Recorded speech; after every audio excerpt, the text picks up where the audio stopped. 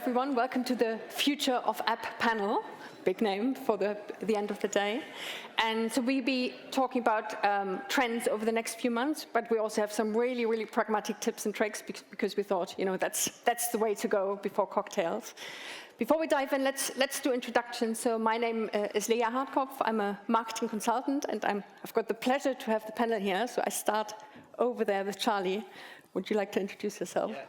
Hi, yeah, so I work for Sorted Psychic, or Psychic by Sorted Food, for those of you on YouTube, regularly watching Food Channel.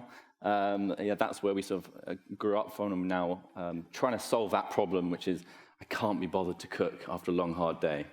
So, yeah, good to be here.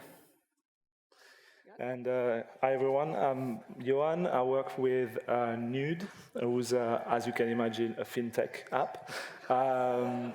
And we help first-time home buyers to save for their first deposit, which is a big task, especially these days.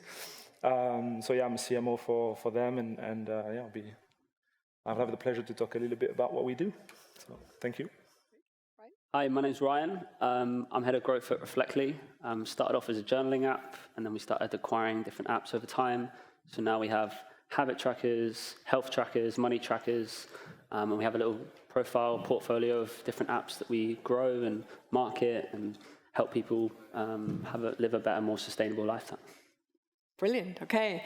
So, Johan, maybe let's start with you with our first question. What app, and you're not allowed to name your own, sorry.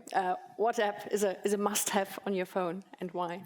So for me, it will be Apple Music. I just listen to music all the time, like constantly, except for right now. But so yeah, that would be the one. Yeah. Great. Right? My favorite app is Time Tree. So I just downloaded it about a couple of weeks ago, and so I got a bunch of different friends in different groups, and it's impossible to organize house parties or events or gigs or holidays together because everyone's got weird time frames. So whenever someone has an event, like a gig, they just put it in the calendar, and then it's very easy to know when people are doing what. So then over time, we can always book things, and they can't just pull out of it because it's pre-booked in advance then. And then I also create a fitness one, so there's 6 of us, and if we do a run, we can post it and post a picture. And if you don't post a picture, we just give you stick. So it's quite good, and that's been my favorite app this year. We'll have to check that out. What about you, Charlie? Yeah, I feel like there's also expectations versus reality situation here. What I should say and what is reality. And what I should say is obsessed with sort of Google Maps, and it's as sad as it sounds, but just all my favorite restaurants and bars are on there. How do you get around a new city without it? And reality is Hinge. Yeah. Brilliant. My answer would be Sudoku, by the way, and I'm not ashamed of it. Brilliant. Okay, we've asked everyone to prepare their thoughts about the future of app growth before, and we've got quite a mix of ideas and tips, and we also have some slides. We've got some pictures to look at, which I think is a nice thing to do. So, shall we start with those? And I think we've got Ryan first up, who's going to talk to us about TikTok. Have a clicker. Our friends. Oh, okay, perfect. Thank you. Yeah, so what I'm going to be talking about today is TikTok ads and some of the things that we do. So where we started was TikTok is an amazing platform at the moment in terms of driving acquisition and user growth and things like that. And some things that I've been learning over testing probably about 1,000 videos in the last couple of months is it's very interesting how you can kind of work with the community to help build your content on TikTok itself. So an example here is what we do is we integrate kind of the product or the app into kind of lifestyle videos with different creators across their profile, but also our own profiles. And then what happens is you get a load of people commenting because you're boosting it with ads and it's getting a lot of attention, a lot of people seeing it. So you get things like people saying funny things like, I didn't even finish the video and I downloaded it straight away.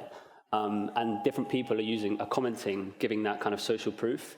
And the more social proof you get on these videos, then the more you can put money behind it because the conversion rate is so good. Because as soon as I watch a TikTok video, if I'm a bit concerned about it, I'll just click on comments and I'll just read that.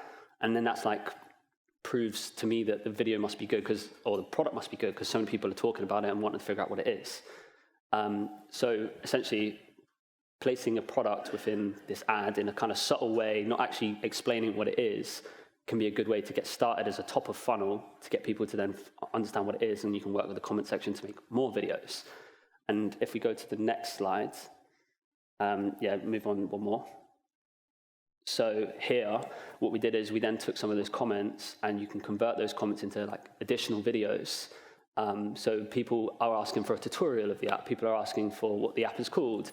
And either your own social media manager can create those videos additionally, which can also be used as adverts, because it's just a different kind of format of creating TikTok videos. So then that just feeds into the creative output of all the videos that we make, and we boost with advertising spend as well. It's interesting from the comments that people are asking for the name of the app. Yes. And talk to us a bit about that, because I think brand guidelines is something that's not really helping on TikTok, right? So if we're talking more about brand guidelines, I mentioned this in the brunch talk at the beginning. The type of content that I would make, I don't take brand too much into consideration. I just throw as much at the wall as I can until I see a conversion rate happen, and then I double down on that kind of style of creative. Because I have a bunch of different apps that we don't focus that much on brand, I can do that. But over time, and if you become a bigger, more corporate company or brand, you need to really differentiate yourself in the market. You really have to make sure that the branding is a bit more clean and fresh, and you can't have the luxury of doing that. So this strategy works for that, for the kind of more startup or earlier stages, unless you do what I believe the guy who did the train line talk previously today, where you can automate content that is still brand friendly, but you can still throw a lot at the wall and still test. But TikTok, because it's video friendly, it's slightly different. Great. And then one more slide just to finish off. Okay. So I don't know if I thought this example was an interesting case study to show related to TikTok. So does anyone know the song A, B, C, D, E, F, U? Yes? Good. So it's an interesting story. I'll be really quick on this, which I thought was relevant. This girl, Gail, she's a celebrity and a singer-songwriter in the States. And she asked her audience, can you guys give me a song to write? What shall I do? How shall I create a new... And you guys help me create the next song. And then someone replied in the comments saying, can you write a breakup song using the alphabet? Now, allegedly, basically what's happened is the person who's wrote that comment, people have found out, was a marketing manager at Atlantic Records. So they've used the trick of using a comment to make it feel like the community helped her make the song go viral. And the song was already viral and super big and well-known before anyone actually found out. And as you can see, like some of the comments now, later down the road, people are saying, like, I can't believe this was a setup. So this was a scam all along. So people are starting to use almost these comment trickery methods to make things go viral, because it makes people feel like they're a part of something. So that was just a little case that I thought was relevant to share. Great. And Ryan, what's your advice for the people in the room who want to get started with TikTok, or maybe have tried and somehow hit a roadblock? What would be your recommendation? I think your best way to start is to hire or bring in someone who actually makes TikTok videos regularly. So just scroll on your TikTok, find the creator who looks relatively like your target audience, bring them on, tell them you'll pay them a certain amount of money per video, and get them to figure out the trends for you. They love TikTok, they know the trends, let them go at it. And then once they figure that out, hire more creators and then scale up that operation. Where do you find those guys? On TikTok, yeah. Directly on just TikTok? Scroll on TikTok, or type in keywords for the type of creators you're looking for. Cool. Okay. On the plan. Fantastic, thank you. Shall we move on to Johan and to your example? If we can have the next slide, please. Yes, I think we can go to the next slide straight away. So I wanted to talk a little bit about what we do slightly differently at Nude. We, as opposed to like what they call or want to be the super apps, we're very precise into like who our target audience is, because it's first-time home buyers. So we don't want to fall too soon into the trap of going into paid marketing, because we know it can work, but as soon as you scale it, it can be tough. So we try to spend as much time as we can into finding ideas and being a bit creative with features we could build that specifically are tailored for first-time home buyers. And in this context, we were thinking about the idea of network effects and how can we get more customers once someone comes into the app, and how can we make the app more useful if more of them come in. And in our case, we had this very clear and cool example where when someone starts saving for their first home, we know that typically they save with someone else. I think there's a stat that it's like around 80% of people who buy their first property buy with someone else. So we took this learning and built Team Up, which is on the screen right now. A super simple feature which allows you to pair another lifetime ISA account, that's what they're called, to save faster for your deposit. And it's not a joint account because we know it can be tricky with couples or partners to have like joint accounts and still separate, but you see it as like almost a two-player mode into the app with a combined deposit. And you can see your time to buy going down, which is like our main thing. Like everything is surrounded by time to make it a very clear goal. So we built this feature and we saw like straight away like a great adoption of user starting to use it. And basically doubling, when a user comes in, pairs with someone else, we get 2 users for the price of 1. That's great. Obviously, on average, that doesn't happen 100% of the time, but it starts building up the organic growth of the app, and how can we make something so specific a little bit more, growth or network effect oriented. The other learning that we had with this feature, which is a little bit on the negative side, is it's not necessarily a loop, because once someone pairs with someone else, it's done. Like there's 2 people. So we had to go back onto the drawing board and start thinking about other things that we could do to actually unlock bigger networks around the people who are saving for their first home. But I thought I would share this simple one that makes us slightly more unique than other savings apps on the market. So yeah, just a little something. Brilliant. And what was your effect on the acquisition side? Actually, did you get a lot of word of mouth through that? Yeah. So it obviously fluctuates over time a little bit as we scale, but yeah, I did I'm not going to say the number, a decent chunk on top of what we usually get from a user acquisition point of view. So yeah, it makes all the other channels cheaper, basically. Yeah. So which is good. And talk to us a little more about the customer insight, because you said you knew that people would buy together. Yeah. And do you have more insight about, are these couples, are these friends, are these... Yeah, so I don't have more details, but it's like data that is available, from like through the government, and they share that every year. Like you can get this data fairly openly. So it's just using insights based on your business that is, could be available, and turn that into features and opportunities for you. We know we have like some work to do on the feature, because obviously once you build something, it's never like finished. You can always polish it and make it a little bit better. And knowing that around 80% of people buy with someone else, we're definitely not at 80% in our case. So we know we have that gap to fill in. We would like to match exactly what the proportion in the UK is in the app. So that's our goal now for this feature. And maybe last question for you on this one is, how do you, because obviously you need product, you need tech to make that happen. You can't just, as a CMO, say, let's do it. How did that happen? How long did it take? I just say, let's do it, and we do it. No, we're still a fairly small team, so it definitely plays into like a big advantage. Like you can move fast and put together like a growth kind of team, like cross-functional, and build these kind of things in a fairly efficient and fast way, and then iterate from them. I'm very much for just getting a MVP out as quickly as possible to like get the data, as opposed to just like trying to polish something that you don't know if it's going to work or not. So in that sense, it works for us. Yeah. So MVP is the mantra here.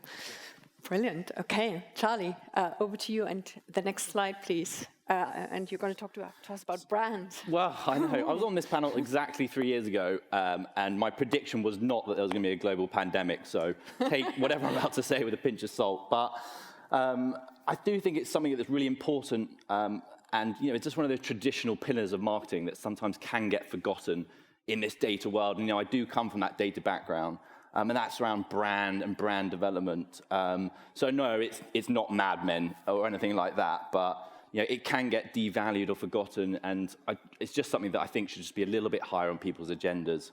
So if you go to the next slide, please. Yeah, so when I say brand, I don't mean like a flashy new logo or a catchy headline on your website, because it's much more fundamental than that. It's really like, who are we? Like, why do we exist? Existential questions that are really horrible to answer. How you communicate with your customers, how you build that relationship with them, and perhaps find sort of non-paid ways to acquire customers and things like that. And obviously, it goes hand in hand with product development and guiding, which direction you go with your product. But there are just like why it matters now. There's a few stats on here, and I know a lot of these have been talked about today. Got the kind of cost of media going up, and this is a year-on-year trend. We've got consumer behavioral trends. You've got the Gen Zs and millennials who are fickle. There's no loyalty, particularly in some categories. You've got sort of multiple apps on your phone, and you're just waiting for the next coupon code. So it's things like that that are just sort of super important to sort of bear in mind. So if we just go to the next slide. I think if you'd asked me 5 years ago, like, you should invest in brand, I would have said, yeah, it's just fluff. But actually, I've seen this sort of play out in real terms in the data and how valuable it can be. So, improving your click-through rate on your creative, through to people understanding your value proposition, so they convert from a free trial to a subscriber much more easily, which ultimately lowers your CAC, which obviously we're all here trying to figure out as the media costs rise. And I saw this play out at a previous business. I know some of the guys are here from Busu, but if you're someone, Duolingo, everyone knows Duolingo, they know what they're getting as soon as they get there. So they go, I understand, I convert. We're sort of fighting against them in the kind of paid media space. So it has real-term data impacts, and I think it's something that's really important that shouldn't be forgotten. And yeah, that's well, it goes against what Ryan said. So, So, question for you, Charlie. How do you, because I think when you say brand to your CEO or founder, probably alarm bells start ringing. And how do you convince them of the importance of investing in the brand? The founders have loved the brand and nurtured it, and lived with it for 12 years, and you come in after 2 months and go, we need to change. Obviously, you go down a bit like a lead balloon. But yeah, it was really around sort of getting data, so it's market insight, benchmarks, customer research, and just building a kind of simple financial model where, we think this is where our competitors are at in terms of conversion rate across the funnel. This is what we're missing out on across a 12-month period. And once you get into the kind of pounds and pence, money talks, and it does make the conversation a lot easier. Yeah, and there's probably a spectrum as well, right? There's the £10 million TV campaign, and there's smaller steps to investing in the brand. So what do you guys think are the first steps to go? Well, that's a really good question. I think the first steps are really getting to the getting past the point of like it's just a logo or something like that. It's why do we exist? What are we trying to build to change something in the world? Get down to that. I think the founders are generally sort of much more minded to kind of think about those problems, and then from there you can sort of build on it.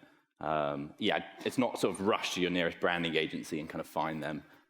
It is definitely a step process to kind of get them bought into the process. Yeah, and logo is an interesting one. I saw an ad on the Tube recently which had no obvious logo on it, and as you know, as a marketer, I'm like, you can't do that. And that's very simple things you could do to start showing your brand in all mediums, really, to make your logo big. Yeah, I mean, just standing for something a little bit. That point, I think it was on the last slide, millennials really care about your mission, your purpose, and that's sort of a shift that's definitely happening, for employees and for people. And they want their business to align with their values. So, just sort of getting everyone aligned in the business around that is a good start. Fantastic. Employees is a good segue. Maybe if we go into general questions. Thank you for your pieces. I mean, the pandemic has changed the way we're working. We are in the middle of the Great Resignation, I think. Still, how do you care for your people, and how do you keep your superstars and find new ones? Who wants to start? Everyone's like. I work for a fairly small startup still, so there's not that much of a problem with that. But I think generally speaking,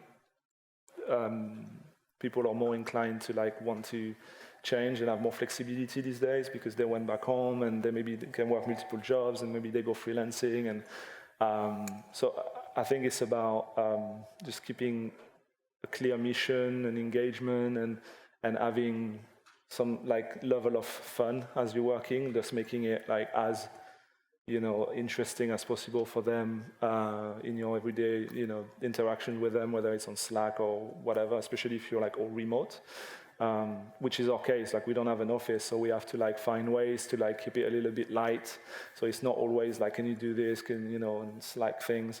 I think also we found to be a bit more precise, working in asynchronous videos, doing little Loom videos or something like that, not always being in meetings and working at your own pace. That also helps with that new kind of lifestyle, because if you're always tied up to meetings on a daily basis that you have to attend a certain time, it makes your daily life at home, if you're working from home, could be very corporate in a way, even though you're at home. So I think you need to just adapt a bit to that. Yeah.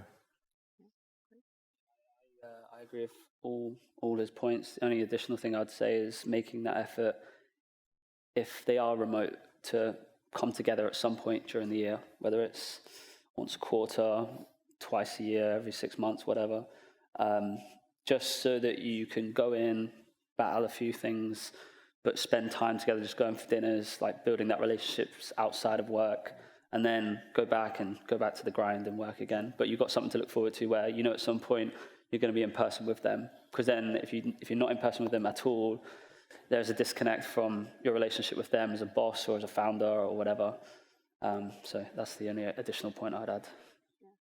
I think managing expectations for people coming into the business as well. It's on the employer and the employees. I think there was some research that came out where there's actually the big regret as well as the big resignation, where lots of people are actually sort of going, the grass is the same color and just as bad coffee, at every startup. So I think managing people's expectations coming into the business, this is what it's like, this is what, is reality, this is what it's not. And people then, there's a bit of a matching of expectations there, and they sort of don't come in and go, this is not how I thought it was going to be at all. And then obviously they're more inclined to leave after that. Yeah. And do you compete a lot for new talents when you interview for new people? Is that hard? Yeah. with all the big players, yeah. I think you need to be a bit open to more flexible type of roles as well. Not everything has to be full-time, depending on the size of your company. Maybe working with freelancers or contractors is fine. It gives you a little bit of flexibility on your side as well to move fast and try different type of profiles and people, and you can always try and get them full-time if they want to. But I think being a little bit adaptable on what the future employees want as well, and the way they work is fine too, just being a bit flexible. Yeah. Brilliant. Okay, let's take one question from the audience. There's a question about, do you have an analytics team and how do you work with them? I wish. Yeah. Go on. We don't. I guess I am the analytics team. It's not very big. I just have to make sure. How much of yourself is the analytics team? Everything really, except I just make sure that I'm making more money than I'm spending, and I have to work out all the variables that go into that. That's about as analytical as we are right now, because we're still a small team. But yeah, we're in a very similar position. Yeah, sort of one-man analytics team, and there's just an inflection point at some point where you haven't got enough time. You're focusing on loads of other things. Yeah, there are tools that can help you. Analytics providers that do a lot of the heavy lifting that an analyst would do. Obviously, once you get more sophisticated, you do need someone to be focusing on that. But yeah, there are definitely things that can solve problems, basically. So what would be your next hire? Would analytics be your next hire if you had one? Or would it be someone else? think we're before that. I think data engineers, if they're only out there looking for a job. Yeah, I mean, we're just hiring general engineers because we have a lot of apps that need to be worked on, I think, and then maybe like a freelance ASO person to help us with the different product pages and the variations and the new features that Apple has released. That'd be the additional hire I think I'd make. For us, it would be a TikTok creator. So if you're into finance and like TikTok, just come to me. Also, shout out any TikTok creators that are out there, come find me afterwards. Brilliant. Okay, let's talk about web. I think that's a theme for the coming year. So how big a role does web play on your growth plans? I think huge. I would say it's probably the biggest focus for us for the next year. I feel like we've got most of the other stuff in a good place, but for us to really excel and grow to the next level, we have to have a bigger defensive strategy against just spending money on ad platforms. And if we can have web, we can, again, take advantage of the reduced tax and the loophole that comes with that. But it's very rare that brands have actually been able to fully solve for that. Although we're almost about to bring on a new app soon that makes half of its money from web. A significant portion, like 200,000-300,000, and that has opened our eyes to the learnings of what web can bring to you, even if it's like an additional layer to the business. You get to control the whole journey, you get to remarket, it's so much better. And is it about building the journey and the website first? Or are you thinking about acquisition as well? I think both. I think web opens up a new way to acquire users. It opens up, you can acquire them for more money because you can offload the tax payment. It opens up just a whole number of doors. But it's super hard because you have to get them through web and then into the app. It's just not ideal. What I would add to that is using web for experience, like a brand experience when you have an app, just to complement what your app is about. One interesting fact about why I joined Nude is one of the co-founders is actually the guy behind one of the websites that some of you might know called Poolside FM, Pool Suite. It's one of the coolest websites ever. It's like just a playlist, like you were next to a pool and just chilling. It's a whole experience. Very successful website with ton of traffic, and it's very creative.